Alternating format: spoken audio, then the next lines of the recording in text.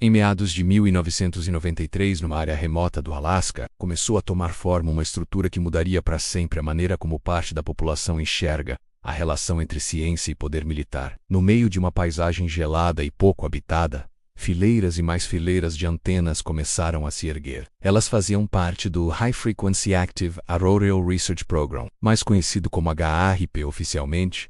O objetivo declarado era estudar a ionosfera, uma camada da atmosfera situada a dezenas de quilômetros acima da superfície terrestre, onde partículas carregadas interagem com a radiação solar. Esse estudo teria aplicações em comunicações, navegação e até na proteção de satélites contra tempestades solares. A instalação foi construída com financiamento da Força Aérea e da Marinha dos Estados Unidos, além de instituições acadêmicas como a Universidade do Alasca. O complexo inicial contava com pouco mais de 40 antenas, mas com o tempo, cresceu até atingir 180 torres metálicas, cada uma equipada para transmitir ondas de rádio de alta frequência com grande potência. A configuração permitia direcionar essas ondas para regiões específicas da ionosfera, criando distúrbios artificiais temporários. Segundo os administradores, isso ajudaria a simular fenômenos naturais e a compreender como eles afetam as comunicações. Mas desde os primeiros anúncios do projeto, a participação direta de órgãos militares levantou suspeitas. Para alguns era difícil acreditar que uma instalação tão complexa e cara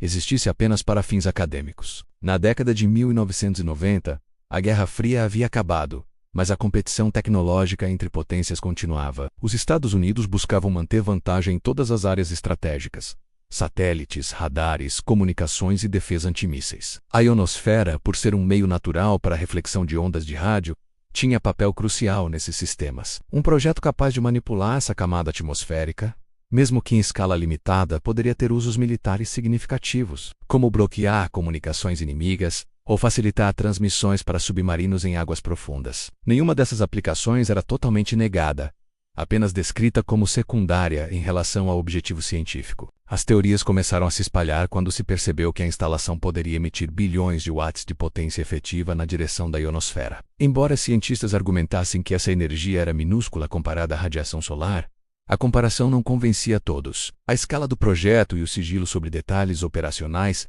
eram combustível para interpretações alternativas. Alguns pesquisadores independentes afirmavam que, com ajustes específicos, seria possível gerar efeitos indiretos no clima terrestre, alterar padrões de precipitação ou até influenciar correntes atmosféricas. A ligação entre ionosfera e clima, embora não comprovada nesse contexto, fornecia um ponto de apoio para a imaginação popular. Com o avanço da internet, as discussões sobre o HAARP ganharam alcance global. Sempre que um evento climático extremo ocorria, menos furacões mais intensos que o normal, secas prolongadas ou tempestades atípicas, surgiam comentários sugerindo que o fenômeno poderia não ser totalmente natural. Em 2004, quando um terremoto submarino gerou o tsunami devastador no Oceano Índico, vozes especulativas associaram o evento a experimentos secretos, incluindo o HAARP. Especialistas explicaram que não havia relação física possível entre o tipo de onda emitida pelo projeto e a atividade sísmica, mas para quem já desconfiava das explicações oficiais, essa negação reforçava a impressão de que algo estava sendo escondido. Na década seguinte,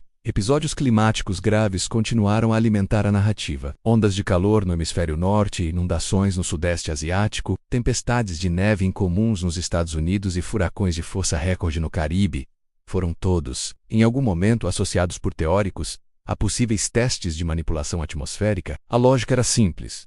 Se é tecnicamente possível aquecer partes da ionosfera, talvez seja possível alterar cadeias de eventos que resultam no clima observado no solo. Mesmo sem evidências diretas, essa linha de raciocínio ganhava força pela dificuldade de compreender completamente sistemas atmosféricos tão complexos. Em 2013, o anúncio de que a Força Aérea planejava encerrar o HAARP foi interpretado de maneiras distintas. Oficialmente, o motivo era o custo elevado de manutenção e a conclusão da maior parte dos experimentos previstos. Posteriormente, a instalação foi transferida para a Universidade do Alasca, que abriu suas portas para visitas e divulgou alguns dados de pesquisa. Mas para muitos, essa mudança de gestão foi apenas uma manobra para criar aparência de transparência, enquanto as operações mais sensíveis continuariam de forma paralela ou em outros locais. As antenas permaneciam no mesmo lugar, e o equipamento essencial seguia funcional. No Brasil, a teoria do HAARP ganhou mais visibilidade durante períodos de desastres naturais, enchentes históricas em Santa Catarina, chuvas torrenciais no Rio de Janeiro e secas prolongadas no Nordeste foram, em algumas redes sociais, apontadas como possíveis consequências de manipulação climática global. Em vídeos e mensagens compartilhadas em aplicativos, circulavam imagens das antenas no Alasca acompanhadas de legendas insinuando que aquela seria a verdadeira causa por trás de tragédias locais. Meteorologistas brasileiros explicavam que esses fenômenos eram consequência de padrões como o El Niño e o El Niño, agravados pelas mudanças climáticas.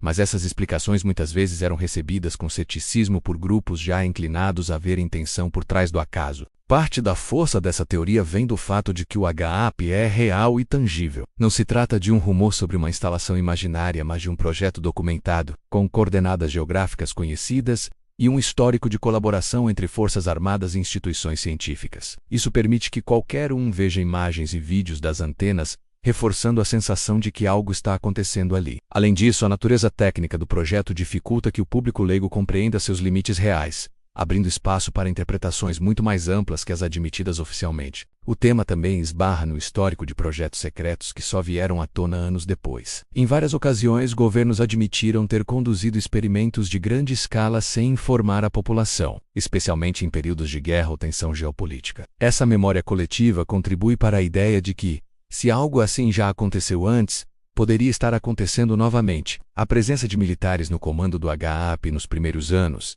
e a falta de divulgação detalhada sobre todos os experimentos reforçam essa linha de pensamento. Mesmo os momentos em que o projeto se abriu ao público não dissiparam completamente as suspeitas. Em alguns eventos, visitantes podiam caminhar entre as antenas, fotografar e conversar com pesquisadores. Mas críticos apontavam que, em demonstrações assim, a instalação poderia simplesmente estar operando em modo seguro ou limitado, sem mostrar o verdadeiro alcance de suas capacidades. O argumento era que, se houvesse algo realmente sensível, não seria exibido para curiosos. A teoria do HAARP sobrevive também porque se adapta a novos contextos. Nos últimos anos, com o aumento das preocupações sobre mudanças climáticas e eventos extremos, a possibilidade de que alguém, em algum lugar, possa controlar ou provocar fenômenos meteorológicos ganha nova relevância. Para alguns, isso se encaixa na ideia de que crises podem ser usadas para moldar políticas globais, influenciar economias e reforçar estruturas de poder. Um desastre climático,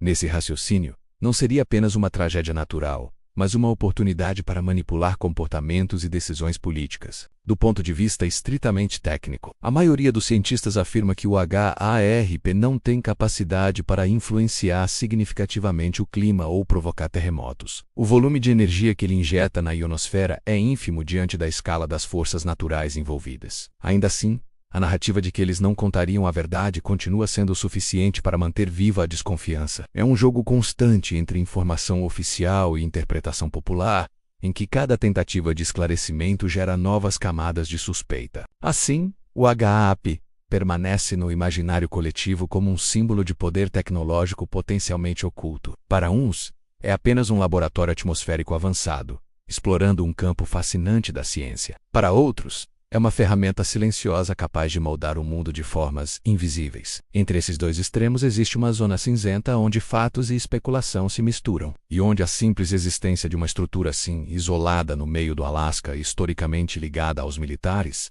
basta para acender teorias que dificilmente desaparecerão. E enquanto as antenas permanecerem erguidas e o céu continuar sendo um espaço de mistérios, a pergunta vai seguir ecoando nas conversas de quem duvida das versões oficiais. E se não for só pesquisa,